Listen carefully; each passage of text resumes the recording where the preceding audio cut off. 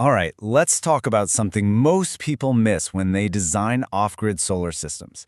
We're going to dive into a full 24-hour continuous test that reveals why these systems really fail.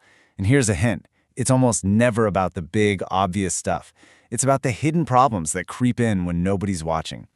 And this right here, this gets to the absolute heart of it. The real test, the real moment of truth for your entire setup isn't that bright, sunny afternoon when everything looks perfect.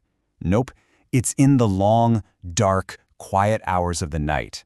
So here's how we're going to do this. We're going to follow a system through one full day and night cycle. We'll start with the on-paper promise, how things are supposed to work. Then we'll see what happens at the sunset transition. After that, we uncover the 3 overnight failures, the real killers. We'll watch the morning's uphill battle to recover, and finally, we'll get into what it really means to be designing for survival. Okay, first up, the on-paper promise. This is where pretty much every design begins. And let's be honest, it's where the first critical mistakes get made, because we're assuming a world that's just a little too perfect. I mean, we've all seen this diagram, right? Solar panels, charge controller, battery, inverter, load. It's clean, it's logical, it makes total sense. But in the real world, this neat, tidy, straight line is a complete fantasy. It totally ignores the messy reality of how all these parts actually behave under stress. So, let's get to the exact moment that fantasy shatters. We're talking about the sunset transition. This is when the system stops producing power and has to rely entirely on what it's managed to save up. The real test is about to begin. See, during the day, when the sun is blasting, everything looks great. The system seems rock solid, the batteries are topped off, the power is flowing, but that's stability. It's often just an illusion. All that abundant solar energy is actually hiding the small, sneaky problems that are about to rear their ugly heads. So this is the million-dollar question, isn't it? What happens when that solar safety net is yanked away and the entire system has to survive the whole night completely on its own? And this brings us right to the core of our 24-hour test, because it's in those quiet hours that we saw 3 critical behaviors, 3 hidden failures that consistently lead to a total system collapse. We call these the 3 silent killers: unseen depletion, voltage sag, and recovery imbalance. Let's break down exactly what these are and why they're so dangerous. The first one, unseen depletion, starts with a number that looks like nothing, 12 watts.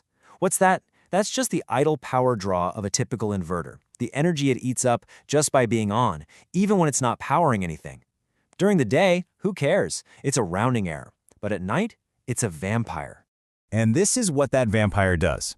That tiny little 12-watt phantom load over a long 14-hour night drains a whopping 168 watt-hours from your battery. This is that invisible leak that just bleeds your system dry while you're sleeping. The second killer is voltage sag. Now, on your spreadsheet, your battery discharge probably looks like a nice, gentle, predictable slope. But reality doesn't work like that. It's a curve. Under a continuous load, a battery's voltage doesn't just drop, it sags. And that sag gets steeper and steeper over time. What does that mean? It means your inverter, which is set to shut off at a certain low voltage, is going to cut the power way, way earlier than your simple math told you it would. So, you've somehow made it through a brutal night of being bled dry and having your voltage sag. The sun is finally coming up. You'd think the worst is over, right? Wrong. Now the system has to face morning's uphill battle. Just look at what it's up against. This system isn't just peacefully recharging. No, it's fighting a war on 4 fronts. It's got to deal with conversion losses, it's battling the battery's own charging inefficiency, it has to power whatever you turn on in the morning, like your coffee maker, and it has to do all that while trying to pay back that massive energy debt from the night before. This is exactly how systems get stuck in a death spiral where they never ever fully recover. All right, enough of the problems. Let's talk about solutions. This is where we have to shift our whole way of thinking. We have to move away from simple theory and start designing for actual resilience. In other words, we have to start designing for survival. And if you remember one thing, make it this. Your system is not going to fail because of one giant catastrophic mistake. It's going to fail because a dozen tiny little inefficiencies, like wires that are a bit too small, that inverter idle load you forgot, maybe some wrong surge assumptions, they all stack on top of each other day after day until the system just can't take it anymore. This is exactly why we need a real-world survival checklist, one that goes way beyond the simple math. It's about sweating the details. Are your fuses in the right place? Are your cables sized for continuous current, not just peak? Did you account for all the loads, even that sneaky inverter idle? And are you respecting your battery's health? This is what building a tough, resilient system actually looks like. So really, this all boils down to a fundamental shift in how we think. We have to stop designing our systems for that perfect sunny day when everything is ideal. We need to start designing for what I call system survival, the ability to keep on performing under the real-world stress of a long, cold, dark night.